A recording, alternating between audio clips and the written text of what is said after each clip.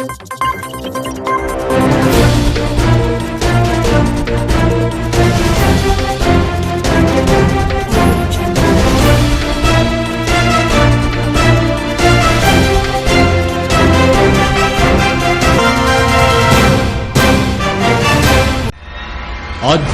కార్యక్రమాలను, పండుగల విశేషాలను, పట్టణ గొప్పతనాలను, పాలకులు చేసే నిర్లక్ష్యాలను, ప్రమాదాలను, వాటి నిర్లక్ష్య వ్యవస్థను, భూరాబందుల దోపిడీలను, రాజకీయ నాయకుల అసమర్థతను, అధికారుల ఆగడాలను, పేదవాడు పడే బాధలను, వాస్తవాలను ప్రజల కళ్లకు కట్టినట్టు చూపించడమే మా లక్ష్యం. సిటీ కేబుల్ న్యూస్, ప్రజల చేతిలో ఆయుధం.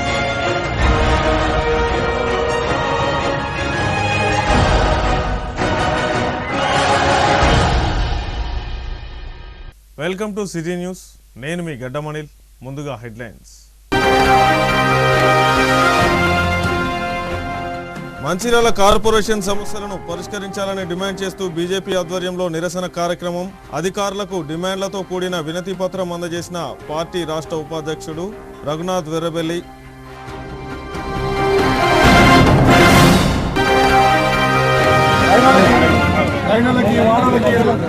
₹100 కోట్ల నిధులతో యాదన్పల్లి మున్సిపాలిటీ సమగ్ర అభివృద్ధి. 11 వార్డుల్లో అభివృద్ధి పనులకు శంకుస్థాపన చేసిన రాష్ట్ర గనుల శాఖ మంత్రి వివేక్ వెంకటస్వామి.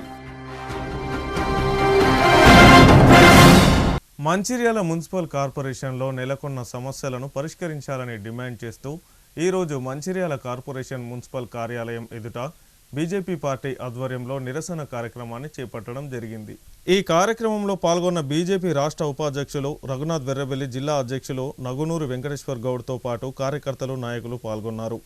బీజేపీ రాష్ట్ర ఉపాధ్యక్షుడు రఘునాథ్ వెర్రబెల్లి మాట్లాడుతూ మంచిర్యాల నియోజకవర్గంలో కాంగ్రెస్ పార్టీ అభ్యర్థి విజయం సాధించిన తరువాత ఎన్నికలకు ముందు ఇచ్చిన హామీలను మరచి పట్టణ అభివృద్ధిని పట్టించుకోవడం లేదని అన్నారు.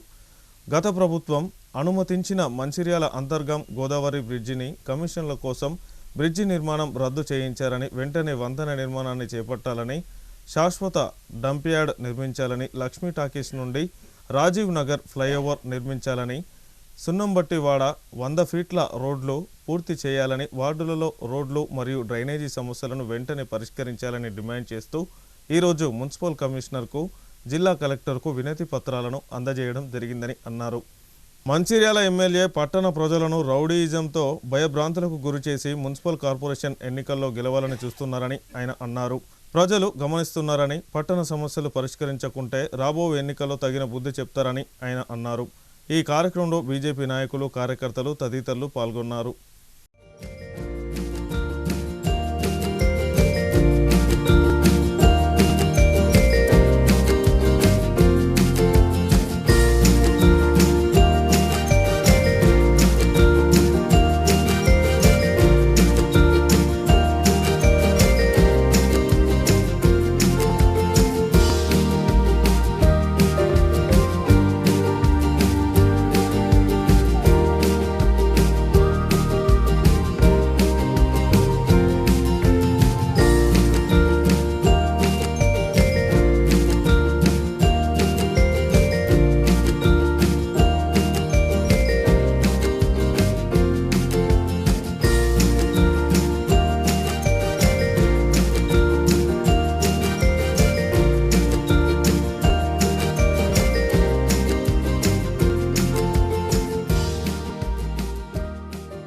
టీఆర్ఎస్ ప్రభుత్వం అధికారంలో ఉన్నప్పుడు 10 సంవత్సరాలు మంచిర్యాల ఎట్లా కమిషన్లు కొట్టాలి, ఆఖరికి చెత్త ట్రాక్టర్ల మీద కూడా కమిషన్లు తీసుకున్నారు.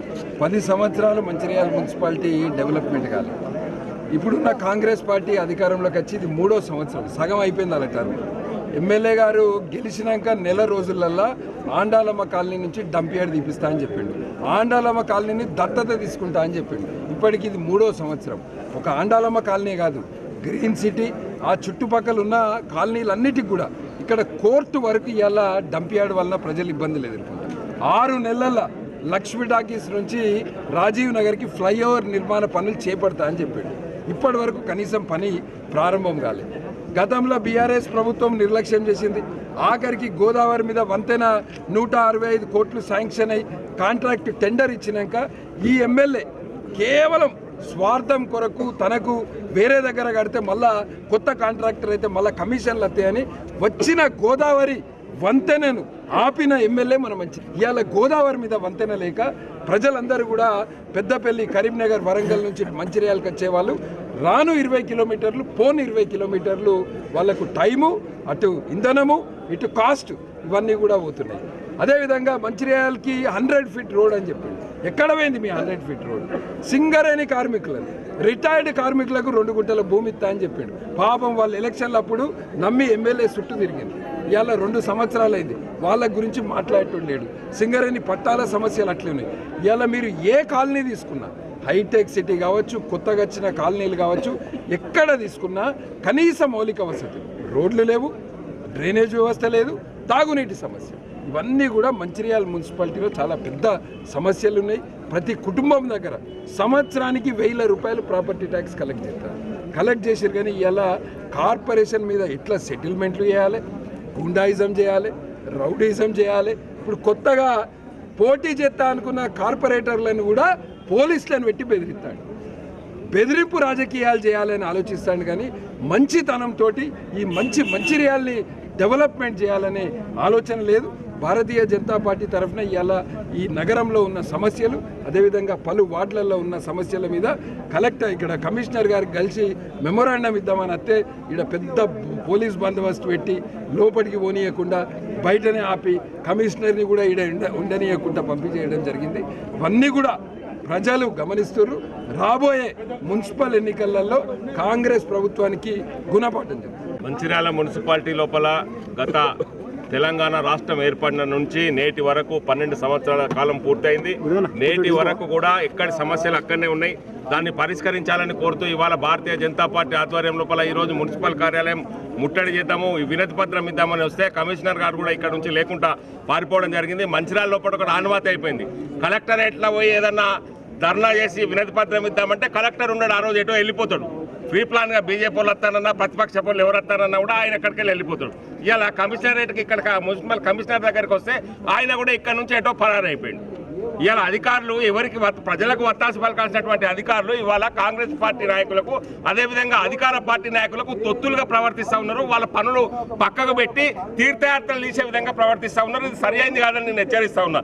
అదేవిధంగా ఈరోజు 2.5 సంవత్సరాలు పూర్తి అవుతా ఉన్నది. చెన్నూరు మంచిర్యాల అభివృద్ధి చేస్తామని అంటారు. ప్రేమ్ సాగర్ రావు గారి ఇంటి ముందు రోడ్డు ఏ నిర్మాణం పూర్తి అయిందా? కంకర కొట్లాడుతుంది, కాళ్ళు చెప్పులు లేకుండా నడతామంటే నడిచే పరిస్థితి లేదు. ఇవాళ మంచిర్యాల సిటీకి తలమానికమైనటువంటి హైటెక్ సిటీలో రోడ్లు ఉన్నాయా? ఎక్కడన్నా ఒక్క రోడ్ అయినా పూర్తయిందా? ఇవాళ అంతా పెద్ద కాలనీలో హైటెక్ సిటీలే రోడ్ లేవు. మామూలు పరిస్థితి ఏంది? ఎస్సీ వాళ్ళ పరిస్థితి ఏంది? చింతపండు వాళ్ళ పరిస్థితి ఏంది? ఎల్ఐసి కాలనీ పరిస్థితి ఏంది? ఇలాంటి సమస్యలు పెద్ద ఎత్తున ఈ యొక్క మంచిర్యాల మున్సిపాలిటీలో ఉన్నాయి. వాటిని అన్నిటిని పరిష్కరించాలి. ఇంతకుముందే రఘునాథ్ గారు చెప్పినట్టు మరి ఇక్కడ లక్ష్మీ టాకీ దగ్గర నుంచి ఫ్లైఓవర్ బ్రిడ్జ్ నిర్మాణం చేస్తున్నారు. ఎక్కడ పోయింది నిర్మాణం? ఆండారమ్మ కాలనీ దగ్గర ఉన్నటువంటి డంప్ యార్డ్ తరలిస్తా అన్నారు. కంపు కొడతా ఉన్నది 2-3 5-6 కిలోమీటర్ల దూరం వాసన భరించలేకుండా ఉన్నది. ఇంత పెద్ద కార్పొరేషన్ చేసిండ్రు మీరు.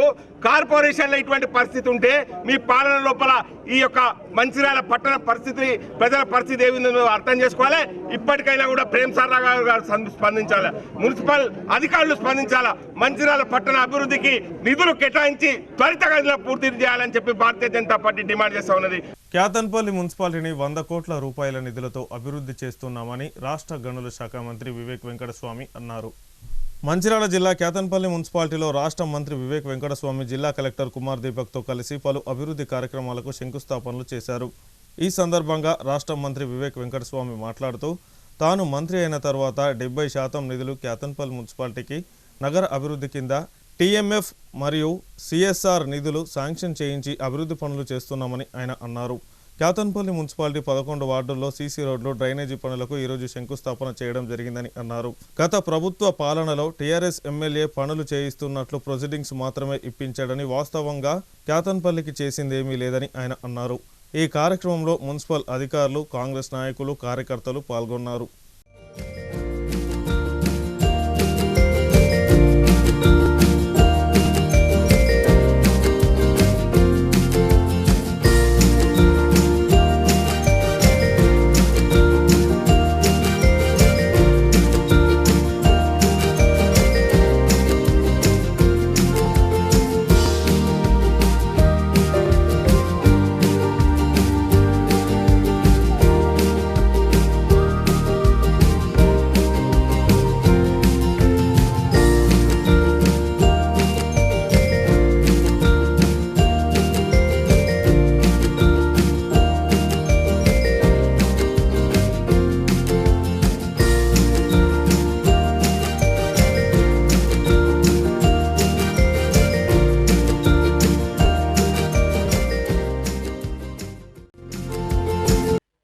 మ్యాక్సిమం ఫండ్స్ మనము కేతాన్పల్లికే ఇస్తున్నాం. అందరు కూడా సంతోషపడాలి, కానీ సంతోషం లేదు. ఎందుకంటే అందరు ఏమనుకుంటున్నారంటే అన్ని నిధులు మాకే కావాలనుకుంటున్నారు. ఇప్పుడు మనకు వచ్చే నిధులలో 70% వరకు నిధులు అన్ని కూడా కేతాన్పల్లికే ఇస్తున్నాం. ఎందుకంటే ఇక్కడ ప్రజలు అందరూ డిమాండ్లు ఎక్కువ ఉన్నాయి, ఎక్కువ రోడ్లు ఉన్నాయి. ఆ బిల్డర్ ఎప్పుడైతే ప్లాట్లు అమ్మిండో సరిగా రోడ్స్ చేయలేదు, సరిగా డ్రైన్స్ చేయలేదు. అందు గురించి ఇదంతా భారం ఎవరి మీద పడుతుంది? ప్రభుత్వం మీద పడుతుంది. అంటే మనము మెల్లమెల్లగా అన్ని పనులు కూడా చేసుకోవచ్చు. నేను ఎమ్మెల్యే అయిన తర్వాత మొదలు మీకు 25 లక్షలు ఇక్కడ పనులు పెట్టడం జరిగింది. ఇప్పుడు ఎన్ని లక్షలు? ఇప్పుడు ఇక్కడ 35 లక్షలు. అంటే మన ఒక్క వార్డ్, ఇది ఒక్క స్ట్రెచ్కే 9వ వార్డులో సుమారు 5 కోట్ల రూపాయలు పనులు నడుస్తున్నాయి ఇప్పుడు. అంటే మొత్తము కేతాన్పల్లిలో ఇప్పుడు ఈ రోజుకు చూసుకుంటే 100 కోట్ల పనులు నడుస్తున్నాయి. 40 కోట్లేమో అమృత్ స్కీమ్ కింద ఇంటింటి నల్లా స్కీమ్ నడుస్తుంది. ఇప్పుడే కలెక్టర్ గారు చెప్పినట్టు అన్ని చోట్ల కూడా సీసీ రోడ్స్, డ్రైన్స్ పెడుతున్నాం. సో ఇవన్నీ కార్యక్రమాలు చూసుకుంటే కొందరు ఇప్పుడు సుమన్ అంటున్నాడు, సార్ నేను శాంక్షన్ చెప్పించాను. ఎప్పుడైనా వచ్చిండా ఎమ్మెల్యే ఇక్కడికి? మరి ఆయన నిజంగా శాంక్షన్ చేపించి పైసలు ఉంటే వచ్చి ఇనాగ్రేట్ చేయాలి కదా. వాళ్ళంతా పేపర్ మీద ఓట్ల కోసము అప్పుడేమో ప్రొసీడింగ్స్ అని చెప్తున్నారు. మీరు గమనించాలి, కాళేశ్వరం ప్రాజెక్ట్ 1,00,000 కోట్లు మింగినరు. మిషన్ భగీరథల నీళ్ళు వస్తలేవు. దాంట్లో ఇంటింటి నల్ల అన్నారు, దాంట్లో ఒక 60,000 కోట్ల రూపాయలు మింగినరు. మనము ఇగో అందరికీ ఆశ ఎక్కువనది, టడక్ రేపే కావాలని. కానీ మనం ఒక్కొక్కటి చేసుకుందాం. మనం ఇల్లు నడిపించినప్పుడు అన్ని ఒకటేసారి అయితే చెప్పండి. ఒకసారి ఫ్రిడ్జ్ కొంటాము, ఒకసారి అది కొంటాము, అన్ని కూడా కొంటాము. సో మీరు కూడా ఇది దృష్టిలో పెట్టుకోండి. డెఫినెట్లీ మనము మన వార్డులను మంచిగా డెవలప్ చేసుకున్నాము. మనందరికీ కూడా ఇప్పుడే సార్ అన్నట్టు ఈ గ్రామం ఇక్కడ ప్రత్యేకంగా మనకి ఇక్కడ బీద ప్రజలు కూడా ఉన్నారు. ఇందిరమ్మ ఇల్లులు అవసరం ఉంటే ఇందిరమ్మ ఇల్లులు ఇస్తాము. వచ్చే నెల పెన్షన్లు కూడా మనం అందరికీ ఇస్తున్నాం. సరేనా? Thank you. కేతాన్పల్లి మున్సిపాలిటీలో ఒకటే రోడ్ డ్రైన్స్ సంబంధించిన డిఎంఎఫ్టి నుంచి దాదాపు అంటే లాస్ట్ 1.5 years లో నేనే 36 crores పే చేశాము. దాంతో పాటు ఇంకా ఇక్కడ ఏమేమి అవసరాలు ఉన్నాయి దానికి సంబంధించిన కూడా మళ్ళీ ఇంకా మా దగ్గర సిఎస్ఆర్ అండ్ డిఎంఎఫ్టి సంబంధించిన నిధులు ఉన్నాయి, దానికి కూడా పెడతాము. ఇప్పుడు మనము నగర అభివృద్ధి ఫండ్ కింద 15-16 crores పెడుతున్నాము. సిఎస్ఆర్ సంబంధించిన 2-3 crores ఉన్నాయి. దాంతో పాటు TUFIDCలో కూడా నిధులు ఉన్నాయి, దాదాపు 10 crores. దాని తర్వాత ఈ అమృత్ స్కీమ్స్ కూడా మీ అందరూ చూస్తున్నారు. మనకి 2 ట్యాంక్స్ ఉన్నాయి, ఫాస్ట్ గా నడుస్తున్నాయి. విదిన్ 6 months లో అన్ని ఇంటింటికి నల్ల కనెక్షన్స్ కూడా ఇవ్వడం జరుగుతుంది. ఇంకా ఈ అమృత్ స్కీమ్ కింద మనం ముల్కాల నుంచి గోదావరి వాటర్ తీసుకొని మందమర్రి, కేతన్పల్లి, ఎక్కడైనా బెల్లంపల్లి వరకు గోదావరి వాటర్ ట్రీట్ చేసేసి ఇవ్వాల్సింది. అన్ని ఇంటింటికి నల్ల కనెక్షన్ ఇవ్వాలి. తాగినీటి కోసం ఎలాంటిగా ఇబ్బంది కాకుండా మున్సిపాలిటీలో చూడాలి. సో బేసిక్ కమ్యూనిటీస్ ఏమైనా ఉన్నాయి అది మనం ఇస్తున్నాము. నిన్న కూడా నేను సార్ తోటి డిస్కస్ చేశాను.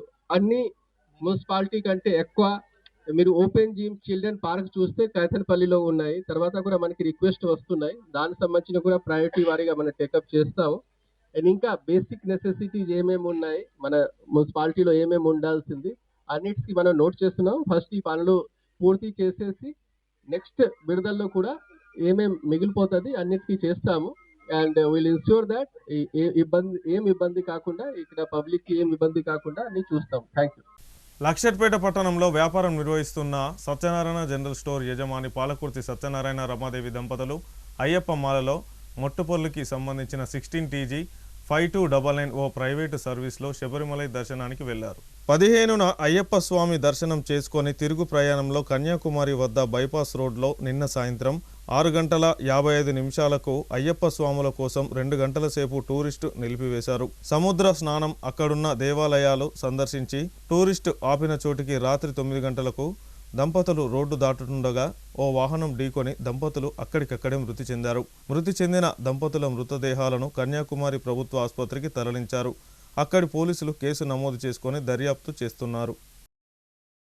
ప్రభుత్వం ప్రతిష్టాత్మకంగా ప్రవేశపెట్టిన డిఎం జోగా ప్రోగ్రాంలో తిర్యాని మండలంలోని గిరిజనులకు ఉచిత విద్యుత్ మీటర్లు అమరుస్తున్నట్లు ఆసిఫాబాద్ జిల్లా విద్యుత్ శాఖ అధికారి ఎస్సి జాడే ఉత్తమ్ పేర్కొన్నారు. ఈ కార్యక్రమంలో భాగంగా గడలపల్లిలో గల ఓ గిరిజన కుటుంబానికి అమర్చిన విద్యుత్ మీటర్ను ఆయన ప్రారంభించారు. ఈ సందర్భంగా ఆయన మాట్లాడుతూ డిఎం జాగాలో మొత్తం 800 పైచిలుకు మీటర్లు మంజూరైనట్లు పేర్కొన్నారు. అందులో 300 వరకు బిగించడం జరిగిందని తెలిపారు. ఈ పథకంలో పేద గిరిజనులకు లాభం జరుగుతుందని పేర్కొన్నారు. ఇవే కాకుండా డిఎం జాగా ప్రోగ్రాంలో విద్యుత్ స్తంభాలు కూడా వేయించడం జరుగుతుందని పేర్కొన్నారు. ఈ కార్యక్రమంలో గ్రామ సర్పంచ్ అత్రం శంకరమ్మ, గిన్నెదారి సర్పంచ్ వెడ్మ నరేష్, ఉప సర్పంచ్ కట్టి, విద్యుత్ శాఖ AE Ravinder, AD Srinivas, contract Satyanarayana, SLI Janjirala Srinivas, ALM Krishna, Niranjan, Laxman, విద్యుత్ శాఖ సిబ్బంది తదితరులు పాల్గొన్నారు. డిఏ జువా స్కీమ్ కింద ట్రైబల్ వాళ్లకు ఎవరికైతే మీటర్ లేదో వాళ్ళు డిపార్ట్మెంట్ పరంగా ఫ్రీ ఆఫ్ కాస్ట్లో మీటర్ బోర్డు, ఒక MCB, bulb, service wire, earthing మేము పెట్టి ఇస్తున్నాము. అంతేకాదు దానికి కావాల్సింది ఎక్కడైనా పోల్ లేకుంటే పోల్లు వేస్తాము, ట్రాన్స్ఫార్మర్ లేకుంటే ట్రాన్స్ఫార్మర్ వేసేసి విద్యుత్ సౌకర్యం కల్పిస్తున్నాము. సో ఇక్కడ మన ఈ తిర్యాని మండల్ కావచ్చు, ఇటువంటి ట్రైబల్ మండలాలు, విలేజెస్ ఏదైతే ఉన్నాయో ఎక్కడైనా మీటర్ లేకుండా ఎవరు సప్లై వాడకూడదు. దయచేసి మాకు ఇంటిమేట్ చేస్తే, ఎందుకంటే ఇది ఏజెన్సీ ఏరియా కాబట్టి ట్రైబ్స్ వాళ్ళు ఎక్కున్నారు. మీటర్ లేకుండా ఎవరు వాడద్దు. మేము ఫ్రీ ఆఫ్ కాస్ట్లో మీటర్ పెట్టిస్తాము, వాళ్ళకు కరెంట్ సౌకర్యం కల్పిస్తాము. ఒక నయా పైసా కూడా ఎవరికి ఇవ్వాల్సిన అవసరం లేదు. వార్తలు ముగించే ముందు హెడ్లైన్స్ మరొకసారి. మంచిర్యాల కార్పొరేషన్ సమస్యలను పరిష్కరించాలని డిమాండ్ చేస్తూ బీజేపీ ఆధ్వర్యంలో నిరసన కార్యక్రమం. అధికారులకు డిమాండ్లతో కూడిన వినతి పత్రం అందజేసిన పార్టీ రాష్ట్ర ఉపాధ్యక్షుడు రఘునాథ్ వెర్రబెల్లి.